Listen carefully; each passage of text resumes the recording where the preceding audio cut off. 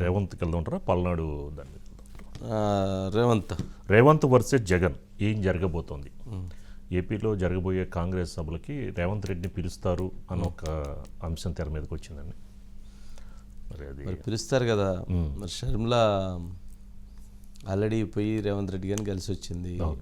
ఇప్పుడు కర్ణాటక అధికారంలోకి వచ్చింది కాంగ్రెస్, తర్వాత తెలంగాణ అధికారంలోకి వచ్చింది. సరే రేపు కాకపోయినా భవిష్యత్తులో ఏపీలో అధికారంలోకి రావాలన్న దిశగా లేక బలంగా ఇదవ్వాలి అన్నటువంటి ఉద్దేశంతో కాంగ్రెస్ అడుగులు వేస్తుంది. ఆ నేపథ్యంలోనే ఊహించని విధంగా షర్మిలను పార్టీలోకి తీసుకుని షర్మిలకు అధ్యక్షుల పదవి ఇవ్వటం, ఎప్పటివరకు కాంగ్రెస్ కొంత చతికిలబడి ఉన్నటువంటి కాంగ్రెస్ సరే మొత్తానికి ఏదన్నా కానీ కొంత స్పీడ్ పెరగటం, ఇవన్నీ కొంత పరిణామాలు.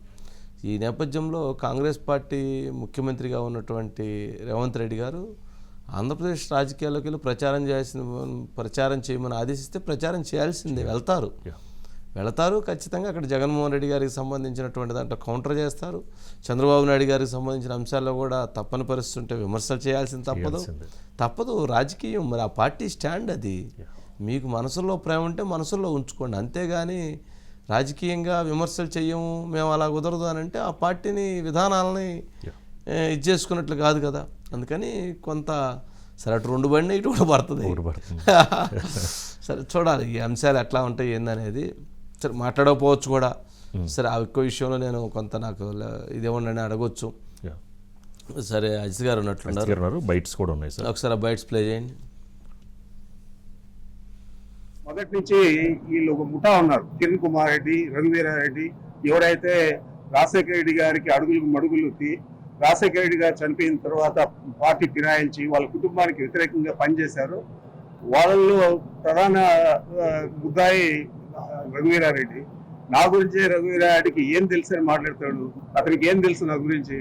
ఏదైనా ఉంటే నిరూపించమని చెప్పండి, రాజకీయాల నుంచి తప్పుకుంటాను. కాంగ్రెస్ పార్టీకి వెన్నుపోటు పుట్టింది రఘువీరారెడ్డి, కిరణ్ కుమార్ రెడ్డి, ఇంకా ఎవరెవరైతే రాజశేఖర రెడ్డి గారు అడుగులు మడుగులు వస్తూ ఉన్నారో వాళ్ళు వెన్నుపోటు పుట్టారు. మేము పొడలేదు, మేము కాంగ్రెస్ పార్టీని బతికించాము. రఘువీరారెడ్డి ఒక పొలిటికల్ బ్రోకర్, అతని గురించి నేను మాట్లాడడం ఎందుకు? అనంతపురం నుంచినే ప్రారంభం చేయాలి అనేటువంటి నిర్ణయం తీసుకున్నారు. మరి మల్లికార్జున ఖర్గే గారితో మాట్లాడి ఒప్పించి ఆ ఎన్నికల శంఖారావాన్ని అనంతపురం నుంచినే పూరించేటువంటి ప్రత్యేకమైన చొరవ తీసుకున్నటువంటి మాణిక్యం ఠాగూర్ గారిని నేను ప్రత్యేకంగా అభినందిస్తున్నాను, ధన్యవాదాలు కూడా తెలియజేస్తా ఉన్నాను.